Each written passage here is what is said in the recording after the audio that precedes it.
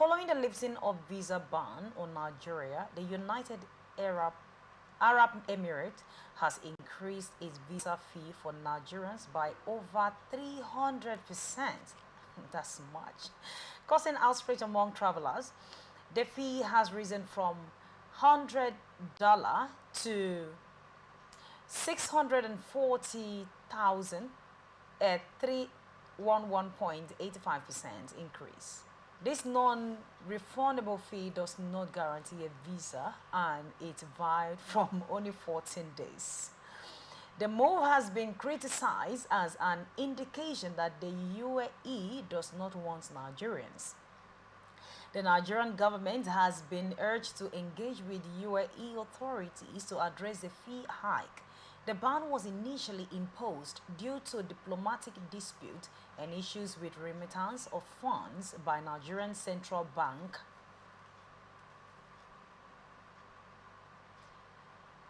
All right. I almost laughed when I was reading it. I mean, what they are saying, their guess is that the UAE do not want Nigerians anymore. That is why they're increasing up to 300% from what it used to be. Though it seems the Nigerian authority are also meeting with the UAE so that they can iron out things. But what do you think? And to start with, this fund, there is no refunding. I mean, that is too much. And it's not a guarantee that this is not guaranteeing your visa.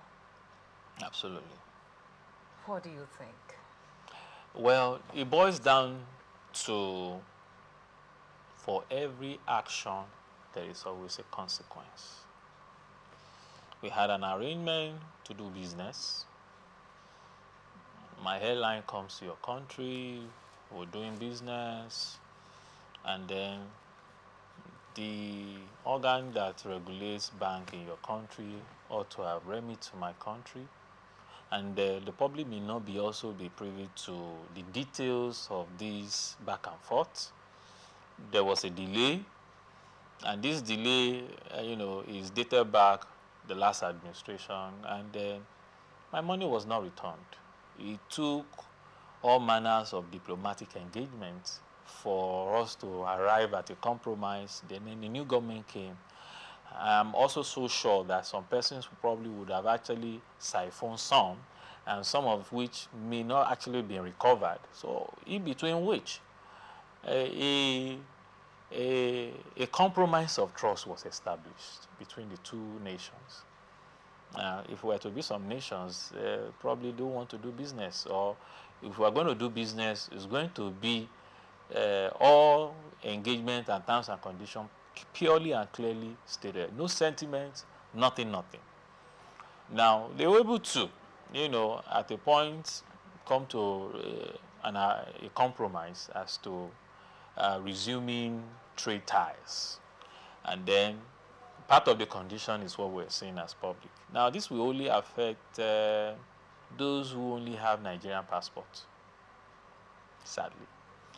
But for those who have other passports, they are not restricted. If I have a British passport, I'm not affected. If I have a US passport, I'm not affected. Even if it is within the African space, if I have a South African passport, I'm not affected. So you want to look at it at varying angle. If you probably look at it as one-sided as from the Nigerian perspective, why is everybody is always against Nigeria? Yeah, because Nigerians oftentimes always come to the news for the wrong reasons. And then, why don't you want to return my money? That's one. The point is that we were fair enough based on relationship over the year that has lasted quite some time, maybe 30 years or so, when Dubai was not Dubai that we know today. But they were serious-minded, they were very calculated, they were very determined, and they know where they are going. They opened their border to other investors. Other persons probably may not be giving this kind of, very sad, sour taste for an investor, because they are also an investor. It's vice versa. Common treaty we signed. So the point is that if going forward, if you want us to do business, and then you want the business, your population, and then that Nigeria have a huge stake in Dubai, So it will only affect. There was a man during the storyline who said he has 3 kids and they have this ambition, they want to study in UAE, etc., etc. Then you can imagine 3 kids, and you are not even guaranteed that $640,000 will, naira will be refunded, not refundable, and it has an expiration period of 14 days, implying that if you take more beyond 14 days for the processing and the invite to come, so that means automatically expired. You have to pay another one. So basically, you look at the pros and cons. That's from one aspect. Then there again, for those who are the big boys and the big girls who have stake investment in Dubai all along, because they only have one passport, they may not be able to go. But it's not all Nigerian. Well, is this not a call for Nigerians to sit up? Yes, one. Then two, policy can be reviewed. And because this only happened on Monday, and we are talking about today's Wednesday. So these are feedback that between Monday and now. So government can come up again and say, oh, that was going on. Why is this? Is there any way we can do a review based on the economic reality? And meanwhile, it is not in naira, it is in dollars. In dollars. So it is in dollars. So it is never their fault that your naira is chasing far away, being left behind by dollar. But if you have your dollar, and you probably can do one. It used to be $100 before, but right now, because of inflation and all that stuff, you're looking at around $300. 311. So basically, that's in percentage. But be that as it may, the point is that you want to look at it as a Nigerian. Yes, it's very expensive. That's not uncovered. It's an in way of saying that you are not wanted. For an average Nigerian, but for the big boy, yes, you want to raise concern. Why? And all that stuff. Because there will still be some exceptions on diplomatic ties. Yes, there will be some exceptions. But you know, there is something about when people do not want you to do a particular thing, they will bring a kind of responsibility. That is not correct. That may not actually correct. Why do you have VIP at events? You have VIP, you have VVIP, you have premium. But you have platinum. Means that there are certain spaces that everybody is not welcome. But in this, but in this there matter, is regular. In this matter, there is regular. There is regular. So you probably want to look at it that way. The same thing boils down to how we organize certain events. Some will tell you it must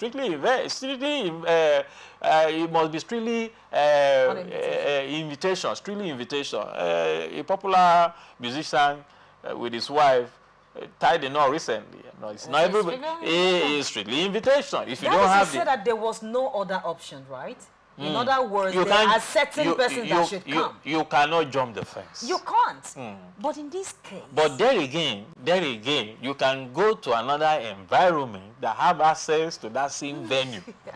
How? Yes. Because what if I'm a facilitator or I'm a part of the event team? I can get access. There was an event I attended recently, but you will not be given the appropriate attention that you're supposed to get. Of course. But as to that, you having access into the main bowl of the event, you probably would do. And also, you can also from another space have access to Dubai.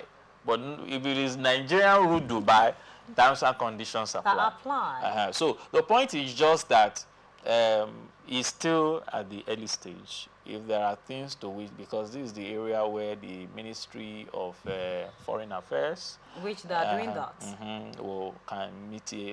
can do further negotiation and see how we can reach within this something. If UK is not charging as high as that, yes, we know it could be on certain infractions and indifferences.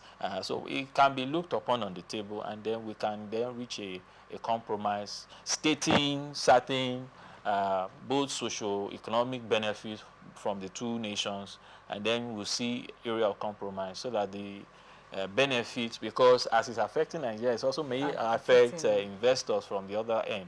So government will step in and then look at it so that at least we'll now reach a compromise. All right, thank you so much.